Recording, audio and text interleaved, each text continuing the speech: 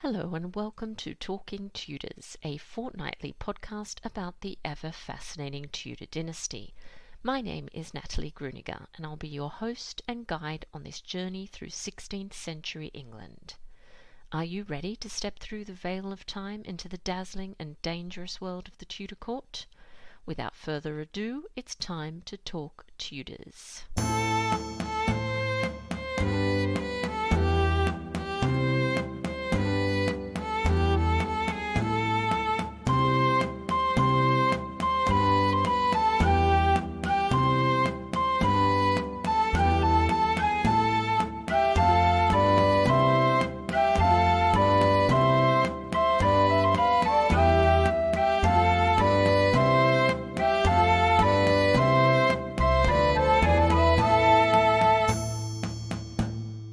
Hello everyone, welcome back to Talking Tudors, episode 85. I'm your host, Natalie Grueninger, and it's wonderful to have your company.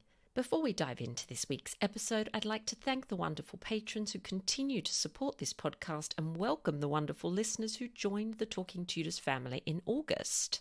A very warm welcome to Macy Jean, Karen, Bear, Kathy, St. Morgan, Catherine, Gabriella and Alex.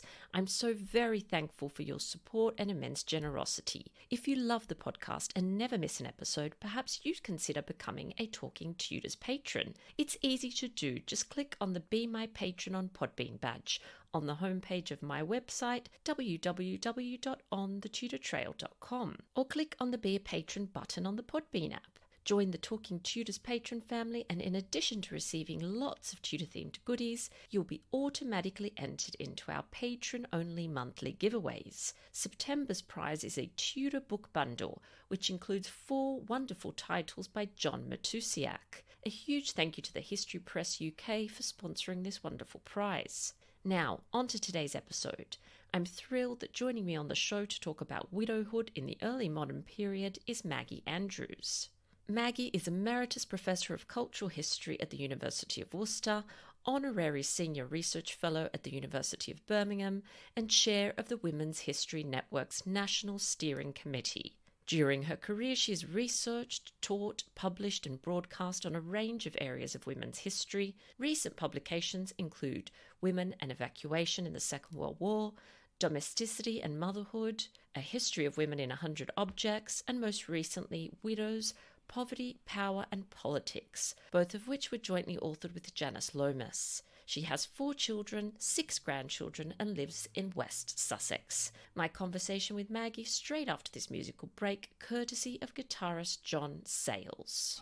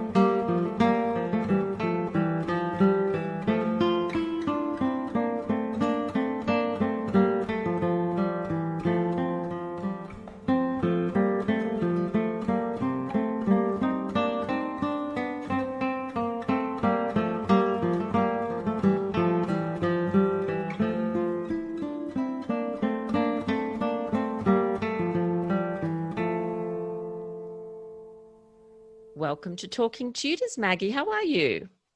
I'm fine, thank you. Thanks for inviting me. Fabulous to have you on the show. So I thought we could begin by you just introducing yourself to our listeners and just telling us a little bit about your background. Okay, well, I'm someone who spent about 30 years in teaching in higher, further and adult education. And I've got an absolute passion for women's history. I've spent years sort of trying to engage, enthuse people in it, celebrating it, researching it, and just enjoying it. I retired just over a year ago. It's absolutely wonderful. And now I focus on more of my writing, on my family, and on chairing the National Steering Committee for the Women's History Network, which is a big organisation of women's historians in the country. And I'm someone who education and history, and particularly women's history, they've taken me from being a teenage mum to being a professor before I retired. And so I'd love to hear a little bit about the book that you co-authored with Janice Lomas. I hope I pronounced that okay. Yeah. And it's called Widows, Poverty, Power and Politics. So can you tell us a little bit about this project? Yeah, it's an interesting project because it covered such a broad range of history. So we went right from the sort of medieval Tudor period up to the end of the 20th century. And it's not really about the emotional experience of widowhood. We mentioned that a bit, but that's another area of expertise really than ours. It's really about the way that the lives and experiences of these incredibly resourceful women change when they become widows, when they have to live in what was predominantly a man's world, but without a man.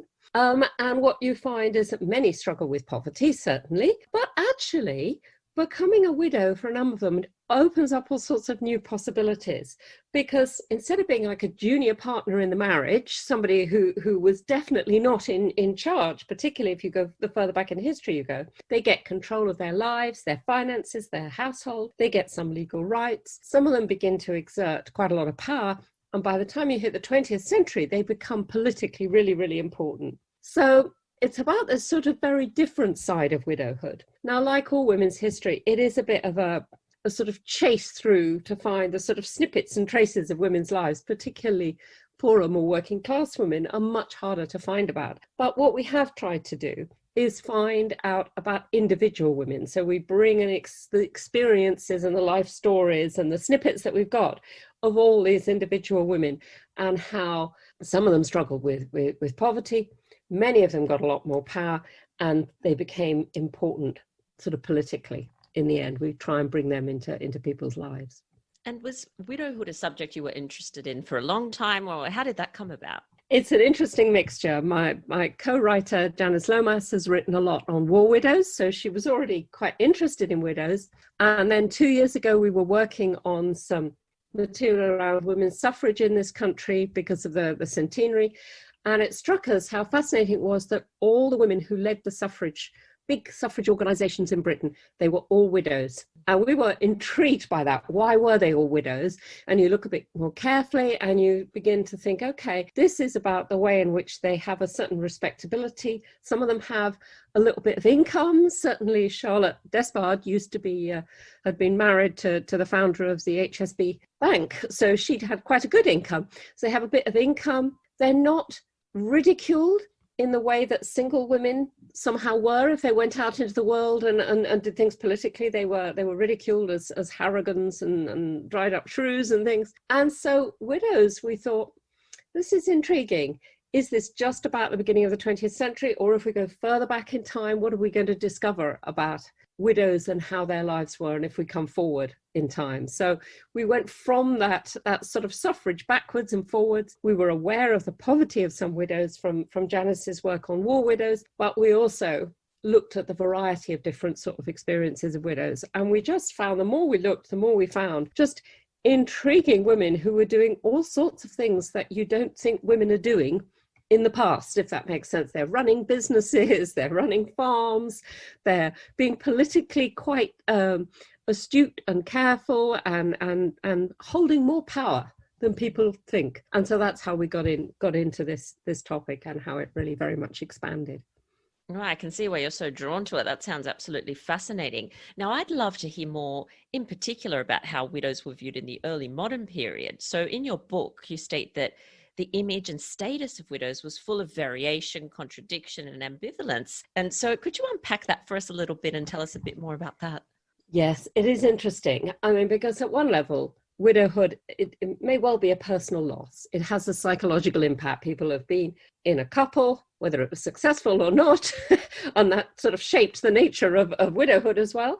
But they've lost a partner. Very often there's a level of material deprivation that comes in. They might have lost an income, they might have lost a home, they might have issues to do with power. What they find, I think, across all time, but particularly in that sort of early modern Tudor period, is that actually the different lives they have and the opportunities they have, they're shaped by lots of external factors as well as their own determination and resourcefulness. So there's obviously issues to do with money and class. And according to how much money you have, whether you have independent money, whether your husband died in debt or he died leaving you with money, it becomes very important. There's an enormous amount of family pressures. Some people have very supportive families, some have families that are trying to manipulate them. And then there are all sorts of quite complicated religious and social and cultural attitudes towards widows. At one level, widows are seen as worthy of respect and charity. There's a sort of sympathy towards them. But at the same time, they're often seen as these sort of frightening, lustful sexual predators. So, if you go back to the wife of Bath in Chaucer's Canterbury Tales, she's a real example of that. And even in some of the early modern literature, you see that, where there's a lot of tension around the widow and this woman who is sexually experienced at some level. And how will she behave now she hasn't got a partner? Duchess of Malfi, written by Webster, is quite sympathetic towards her. She's seen as somebody, it's not unreasonable that she might want a fulfilling marriage again. But on the other hand, she's perceived by her brother as a sort of frightening, lusty widow. And that's not unusual. There's sort of ambivalence around them. What I think literature suggests is that there's quite a lot of anxieties and tensions about them, perhaps because of this independence, perhaps because of this sexual experience that others don't have, perhaps because they, can't or are not able to be quite so easily controlled, but also because widows are seen as, any of their behaviour is seen as reflecting on their past husbands as well. And that, I think, becomes quite complicated how it works out. For lots of the widows, it's just about financial survival. They don't care whether they're seen as, lusty, resourceful, or manipulating. What they care about is how they ensure that they and their family are going to be able to eat and so forth. They often find themselves quite marginalised. That some of them have to rely on charity, they have to rely on relations. You see these poor widows who are sort of moving around from one household to another, staying as the poor relation with sons and in-laws and distant relations, having to behave, I think, appropriately to go on getting that charity. And that becomes a very big thing in there. Some of them go and live in institutions. So you find them sort of in religious institutions. You find some poor women, just made me smile, St. John's in Reading, this institution where widows can go, but they have to sort of basically pray all day and night, right. To sort of show that they're, good women. Others face, as we'll say, accusations of witchcraft. So I think it's very, very complicated how it works its way out. You do find widows running farms, running businesses, independent aristocratic widows, but you also find a lot of widows turning up in the court of requests as litigants because they're trying to get the control from their family who are trying to push them one way or another. Think, here is a woman to be manipulated, here is a woman back in the sort of single woman status, but they're not. They've been married, they may have a bit of money, they certainly have a bit more experience and independence. So I think that it makes it all quite complicated. And then, of course, into the midst of that, you have religion, and obviously shifting religion, and that makes a difference. So you do have, sort of people like some of the Catholics who are in the early 16th century saying a widow should remain chaste. They try and get them to take a vow of celibacy. By remaining chaste, they'll sort of protect their late husband's reputation. And that eases out in terms of the Reformation a little bit. And some of the newer religions are more sympathetic towards remarriage and the necessity for it. You find, of course, some of them use religion as a source of power. So they go into, becoming a nun, they enter a convent, and they may actually find that as a source of power. But for some, it's this sort of careful manipulating their way through social, family, economic pressures. And that makes it very sort of contradictory, very, very difficult for them. Having said that, I think it's quite interesting to see the way in which the women, they don't take on doing as they ought to do. There are lots of social pressures to behave appropriately, to, be chaste, or to let your family take the decisions. And it's quite clear that, as ever, women work their way around that and manipulate it and, do what they want to do, or even if it's within sort of boundaries and circumstances they haven't selected. So I think it is very ambivalent, very contradictory, very mixed. Fascinating. Yeah, it's wonderful. So you've already obviously emphasized that, there were many external factors that shaped women's experiences in widowhood at this period of time, including class, of course, that I imagine is a very big one, and the status of the woman. So what options did a wealthy widow in the 16th century have?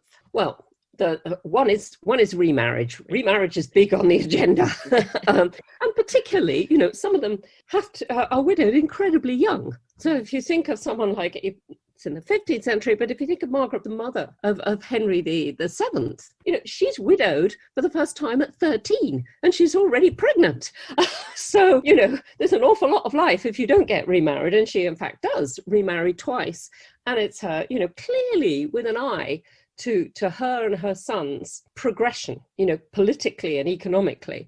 And it is, of course, her third husband, who puts the crown on Henry's head at the Battle of Bosworth. So remarriage is very much there. Some families put an enormous amount of pressure on women to remarry. They see, a woman's role in some respects is about linking one family to another and advancing the family politically. And so they think, well, we've got an opportunity, we'll go for remarriage again. So for some, that's it. For others, remarriage is off the agenda because of the terms of their husband's will. So you get some where Alice, for instance, who was married to Robert Clairvaux, her husband's will actually says that he can have, his house, land, leases, 100 marks, all his household goods. But this is going to be massively cut if she remarries. Right. Then it will shift off to somebody else in the family. So sometimes they stipulate it. Others might, be much more sympathetic about it. Most of wealthier women, the way in which dowries were worked out was, that was family money going into the household, and on widowhood that would come out for them. There was a sense that actually when a man died, the money would be divided in three. A third was for his relations. A third was, for religion, so that there were lots of masses and things said to him, and all would be well in the next world. And a third would be for his widow. And so they could be okay. They could live independent lives. They could live independent lives, almost creating careers for themselves. And Maud Parr, who's the mother of Henry VIII's sixth wife, it's quite interesting when her husband dies of the plague in 1517. She's ambitious, she's got money of her own, and she chooses not to remarry, but instead to pursue a career at the court as one of Catherine of Aragon's ladies, and in doing so to further the interests of her son and daughter. Some of them take take over and run households, carve out careers of influence for themselves. Some go the remarriage route, but often doing so in a way that is going to advantage them financially as well as politically. And some turn to religion and that. Yeah, that's what I was going to ask you, whether that was quite common as well for wealthy women, a religious life. I imagine that for women that were less well off, that would have been maybe a little bit more challenging. So what options did they have? Yes, it is more challenging. The less money you have, the less options you have, as then, as now. So yes, very definitely. Depending upon where they are in the social scale. So you do find less well-off widows who take on their husband's lands, their farms, the tenancy of a farm, or take over their husband's businesses, and that could be a blacksmith's and apothecary, all sorts of different things. You find widows who are running manufacturing bricks, trading in cloth, managing tenanted houses, and the lodging house, the tenanted house, a very long-standing one. Whether they do this willingly as a duty to look after a tiny business or a big business so that their sons will inherit, that's open to question. Certainly you get that sort of framework. Then you get further down the scale, those who really have rather less options, and so they tend to use or rework what I would call traditionally female skills, domestic skills, into a way of earning their own living. They may go into domestic service, for instance. They may do things to do with sewing and spinning and what have you. Some of them work in the sort of fledgling hospitals, the charitable institutions which emerge. So Rosa Fisher takes that work as the matron of St Bartholomew's Hospital in London. And apparently, she was very valued. She had a very nonsensical approach. She insisted in 1522 that all the residents ate in front of her so that she could check their well-being. So it's quite a range of different options they have. The further down the layers of poverty they are, the more problematic and the more limited those options are. Yeah. And the more hidden from history they are too. you've mentioned already quite some well-known women there. Margaret Beaufort, for example, Maud Parr. Are there any other well-known sort of Tudor women that you mention or cover in your book? Well, I mean, it's hard not to in the Tudor period. I did become fascinated by the some of the wives of Henry VIII who are intriguing. So, Catherine of Aragon is a fascinating example of widowhood at one level. There she is when Arthur dies, and she is not only a widow, but a widow in a foreign country with all sorts of political tensions around the situation. And in a sense, you can see that for her, marrying Henry VIII is going to give her the life that she'd been destined for, was expecting, was a way forward. And that must have seemed like a good option until, of course, 24 years later, when suddenly Henry wakes up and decides that he will take a different approach to things, and she finds herself back again as Dowager Princess of Wales. And you can see in the way that she manipulates her life afterwards, in that limited control she does or doesn't have, that in a sense she's both playing the role of queen and playing the role of widow. So she sort of tries to conform to both of them, choosing not to do the obvious thing, which is to go into the convent and be shooed off, to a religious life, even though she's strongly religious. So she was interesting. But the one I think that fascinates me most of all is Catherine Parr, because she is someone who has moved herself by careful marriages up the social scales. She was widowed 3 times, and her first marriage ends in 1532. Her mother has died, she can't return home, she hasn't got any children, she's not particularly well off. So she does what you find the respectable, slightly aristocratic woman often does right through to the 19th century, which is to sort of go and stay with various relations. You move around, and I think it has a twinfold benefit. One is that you don't have to provide a house, and you can basically live off them, and that's has lots of advantages. The other is that what you'll do is meet various different new acquaintances and potential new marriage partners, and so that hopefully you will get yourself slotted into a household of your own again. And she certainly does. Her second marriage is to John Neville, Baron Latimer of Snape Castle in Yorkshire. He was a widower.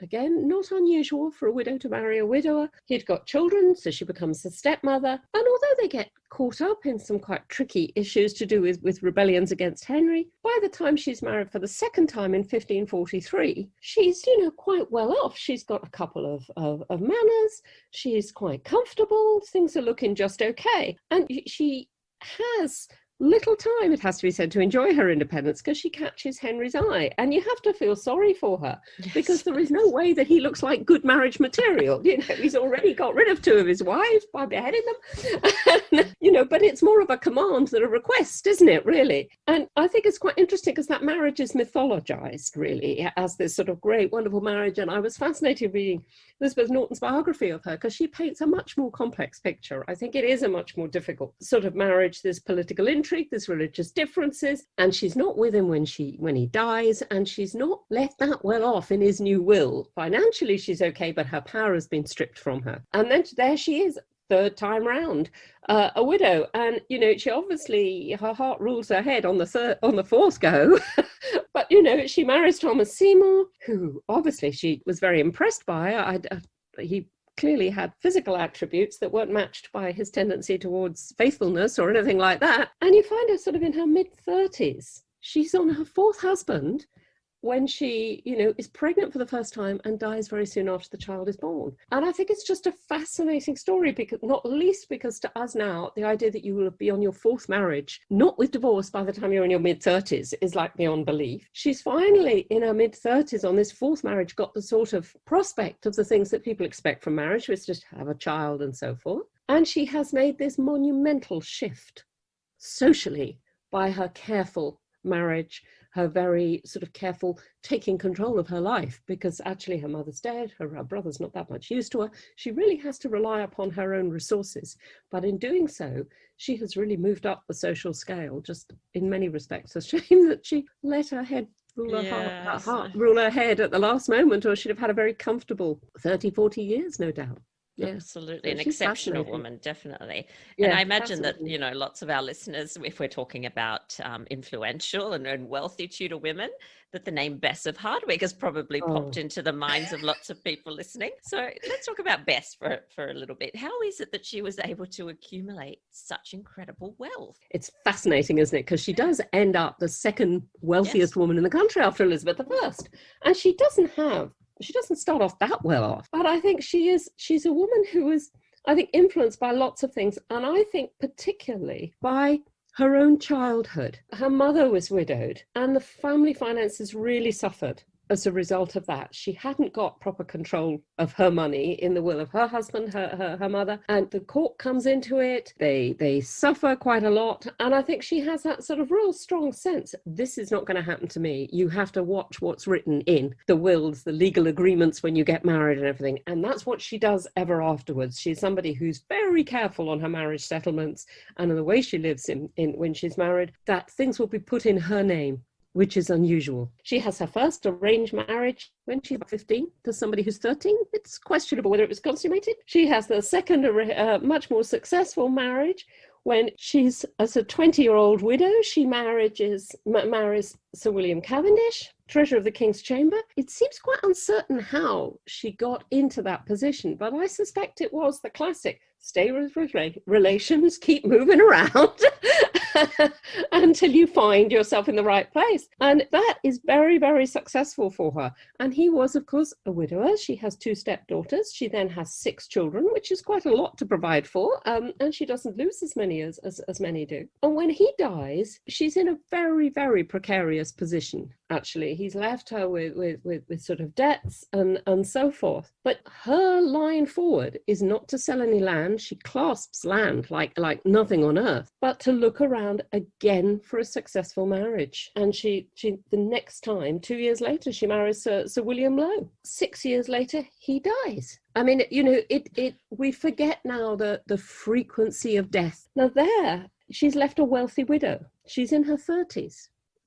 Again, but she's wealthy. She's got these children to look after, and she is much better positioned in trying to find a new husband. And it's clearly a marriage of where she has thought through how good it would be to merge her lands with those of the next husband, the Earl of Shrewsbury. And not only do they get married, but she gets some of their children to marry each other so that the money is sort of safe in the family for years to come. And it does seem to have been a bit of a difficult marriage, I have to say. There were tensions. He was in London a lot. She was at home for periods of time. They had the dubious joys of hosting Mary, Queen of Scots, and all the expenses of the entourage that came with her, which clearly was rather financially draining on them. The tensions are such that even, whole families and others are telling them to get on and live together. I think he becomes wary of the way that she's managed all the settlements and kept the control and the ownership of many of the lands, even though they're married. And he really sees her as sort of slightly having tricked her. But, like all previous husbands, he dies off and leaves her a very wealthy woman. You've got to give her a lot of points from that sort of astuteness and care. But I think it does come from the childhood and seeing how wrong it can go for widows if they haven't really ensured that all of the legal documents, the control, the power is sorted out before marriage. Because at that point, before they get married, when the discussions and negotiations are going on, that's their moment of power, in a sense. And many men are, in fact, it's a problem for some widows, many men are quite keen to make a marriage to a well-off widow. And so, that's your moment of negotiation, of power, of making sure that they're not going to just do you out of your money. So I think she's a clever lady, Yeah, definitely. Incredibly clever and very resourceful by the sounds of things as well. So could you tell us about maybe one or two lesser known individual women that you came across during your research? You mentioned a couple of names already, but maybe you can tell us a little bit more. Yeah, it is interesting that there are some that you just wouldn't hear of. And particularly, I think, to me, all the way through the centuries, it's those in what you might describe as more the new middle classes, the ones who are the sort of business women. And Catherine Fenkel is the one to me who is the most impressive. She marries to become she is the second wife of Sir Fenkel in the 1490s, so sort of earlier than this. But he's successful in the City of London. He's importing cloth and wine and all sorts of things. And I think, like many wives of businessmen, she got a very good knowledge of the business from being married.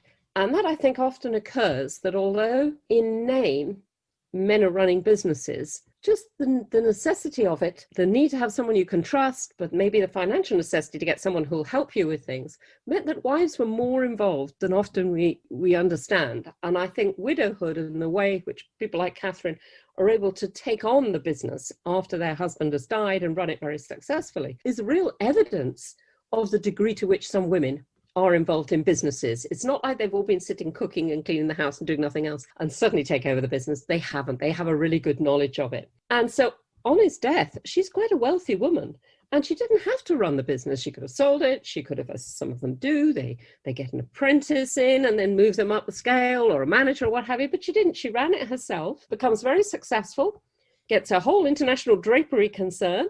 And even though she's independent, she marries again to Thomas Kramer, who seems to have made a habit, which some men did, of marrying wealthy widows. This was the second one he'd married. But, he lasts so long, but not so long. And when she's widowed again, she's incredibly well provided for, and she sits and enjoys her widowhood. She fends off lots of eager suitors, and there are many of them who think they'll step into the breach seeing her fortune. And she runs a business successfully for some 30 odd years, and ends up at the top table of the Drapers' Company election feast in 1527 as a woman in her own right, not as the wife of anybody. So I think there are women like that in there that just fascinate me, and I think are quite intriguing. Yeah, a name to remember, definitely. Catherine Fenkel. I've never heard of her, so thank you very much. So we've talked about a lot of women that were obviously widowed quite young. What about elderly widows? What was their experiences like, and what challenges did they face? Much more problematic. Easier if you were wealthy and you had a certain status in terms of dowager. For the poor widow, really quite a problem. They have often a life of poverty, often a life of dependence on family or charity, and trying to scramble to earn a living. The business of, and that goes on again for many centuries, of having to stay with or rely upon relations or charity. So, just a couple of examples. You have Alice Menson, who is an 80-year-old widow who, is a good age. In 1570, she's living in Norwich. She's lost the use of one arm after a stroke. She's eking out a living by spinning with one arm, and you think, oh my goodness. And she winds wool, or Agnes Durrant, who's 84, she relies upon her daughter and granddaughter's spinning work to survive. So often it's in these multi-generational households, they find a position, but it may be a position of dependence, which for them I think is quite demeaning and not necessarily powerful. It's little wonder, I think, that with the limited options, some of them choose to use the skills or their reputation as a means of survival. So you do get the elderly women who are administering herbal medicines, use medicines in quite a loose term, who are offering to cast spells to fend off evil spirits. But such tactics are not without risk, particularly after the laws on witchcraft change in the Elizabethan era. The accusations of witchcraft against elderly women sort of grow, and particularly in the 17th century, they're disproportionately represented elderly widows. For some elderly widows, the sort of threat or the idea that they might be a witch is a way of exerting power, if that makes sense. Right. It's a don't cross me, or I will, you don't refuse me charity, don't be unpleasant to me, because I could put a spell on you. And, there are so many unforeseen and unexplainable occurrences in a pre-scientific age that it's not hard to get a reputation to be a witch. So, that is one of the resources and the approaches that is taken by elderly women. And it seems quite a sensible one given limited options for them. So it's quite a tricky existence. If you're elderly, you may be infirm, and we're in a world without any support mechanisms in the way that we see it now. And in your research, did you find that remarriage was quite common among the poorer classes, or is this just more strictly sort of the more upper classes or wealthy people? No, it is. It is just as common among the poorer classes because some of them are, as we've already seen, widowed so very young. So if you're widowed, in your teens and your 20s, then, remarriage, control of your own household seems a much better option than life of domestic service. I think also we tend to see marriage nowadays, sort of from the middle of the 20th century particularly, as a romantic, emotional thing. And I think that marriage in the Elizabethan period, and indeed for much of the Victorian period, is quite a practical arrangement. It's about the necessity, really, that a household of several people can live and survive, whereas an individual person cannot. So I think for many of them, it's a sort of practical, pragmatic decision rather than a romantic one, that what they need is to get married again, very often to a widower, because those options, the sort of amalgamating of two households, particularly if they both got children, is again a pragmatic, sensible way forward, using their different relative skills. So remarriage is definitely there in those ways. Sometimes it may be a romantic one, but it is a pragmatic thing for many of them. So I always, when I look back at women from the past, I'm always just in awe of their intelligence and their ability to bounce back and to persevere and all these sorts of things. What lessons do you think us modern women can learn from medieval and Tudor women? I think there's a lot, honestly, because, in many respects, on the surface, they don't have much power. They can't vote. They can't earn a living and get an education in the ways that people take for granted nowadays. They haven't got those levels of power. On the other hand, they have a level of self-reliance and resourcefulness and the ability to play the system or to look after themselves and their children in really difficult circumstances. And I just find that really, really fascinating.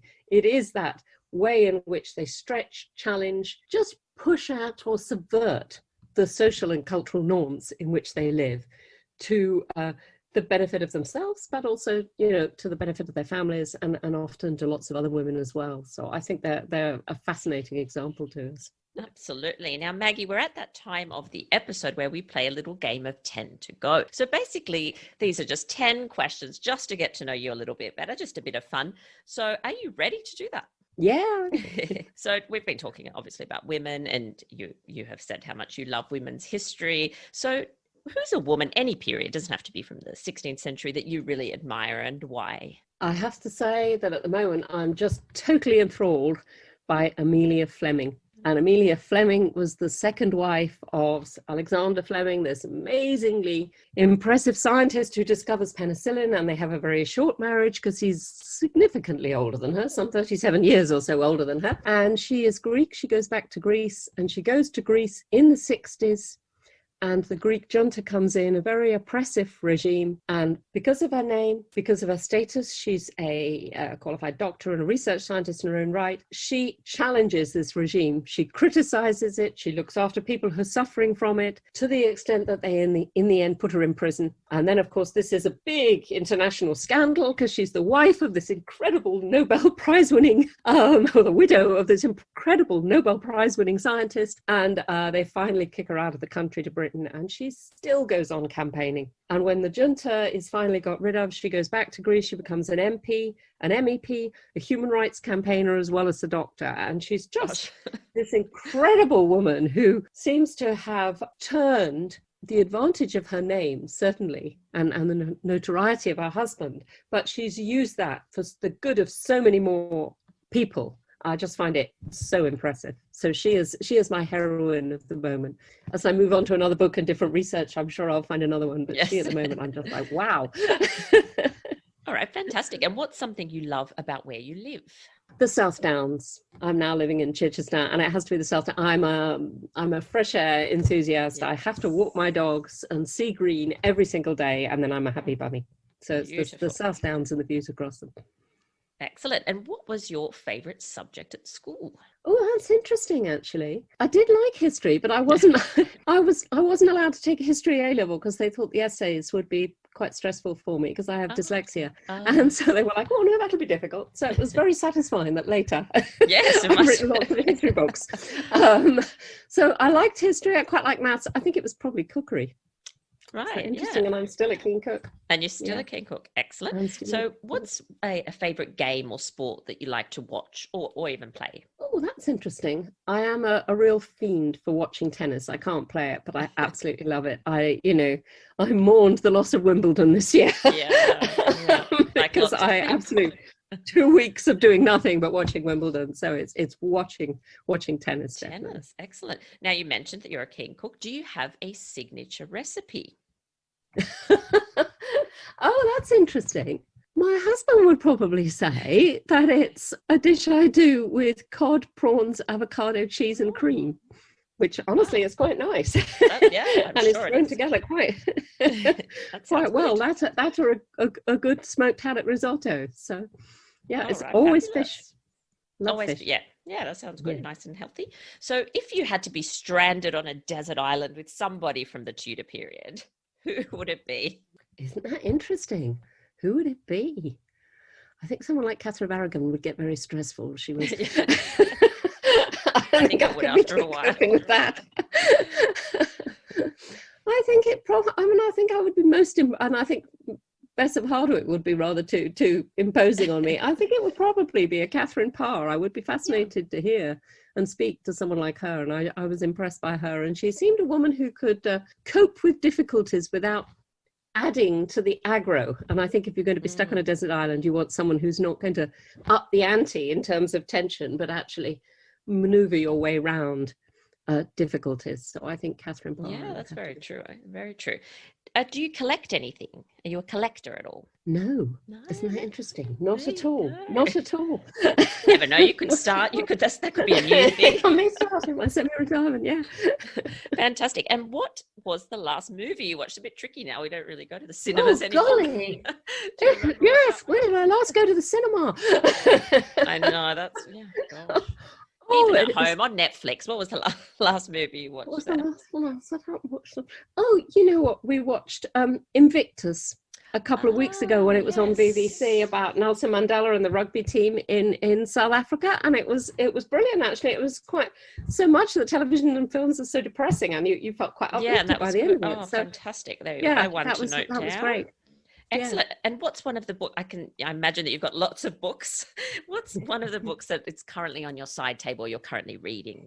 Yes, there are lots on my side table, but and I'm working on some stuff around sort of politics and protest in the 20th century and for women at the moment. And so it's Sheila Robotham's book that looks at women right at the beginning of the 20th century, and that's sort of it's called Dreamers of a New Day. Oh, and it's about all these women who are trying to sort of dream of a new way of doing the world as you move from the 19th to the 20th century. Yeah, that sounds great. All right. Inspiring. And so what's something new that you've learned during this pandemic, whether it be a practical something or just something you've noticed about humans or about anything like that? I've learned a lot, and I'm a keen cook, and I've learned a lot of food and recipes and things that I've never done before. So I'm now an enthusiastic and keen cooker of pizzas.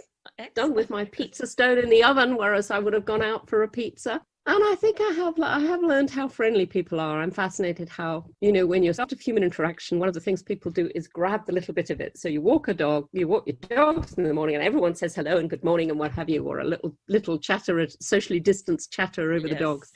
So that need and that desire and friendliness for human interaction has really come through, I think, in the pandemic. Yeah, many of us have really enjoyed it. Definitely. And now the very last thing, Maggie, we do is I ask all my guests for a Tudor takeaway. So this is just something for our listeners to go and read or listen to or watch after the show. So do you have a Tudor takeaway? Well, mine would be to go and try some mead, which is the drink that was just wonderful in the Tudor era.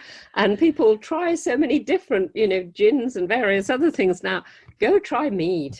The Tudors knew what they were doing on that. Now that is in, I think, how many episodes? I don't know, 80 plus. I've never had that takeaway, so I'm loving it. Everyone go and try mead. That's fantastic. Well, thank you, Maggie, so much for coming onto the show and talking Tudors with us. It's been wonderful. You're very welcome. Well, that brings us to the end of this episode of Talking Tudors. Thank you so much for joining us. I absolutely love to hear from listeners, so if you have any comments or suggestions, or just want to say hi, please get in touch with me via my website, www.onthetudortrail.com, where you'll also find show notes for today's episode. If you've enjoyed the show, please share the podcast with friends and family, and don't forget to subscribe, rate, and review. I also invite you to join our Talking Tudors podcast group on Facebook, where you can interact with other Tudor history lovers and hear all the behind-the-scenes news. You'll also find me on Twitter. My handle is On the Tudor Trail, and on Instagram as The Most Happy 78. It's time now for us to re-enter the modern world. As always, I look forward to talking Tudors with you again very soon.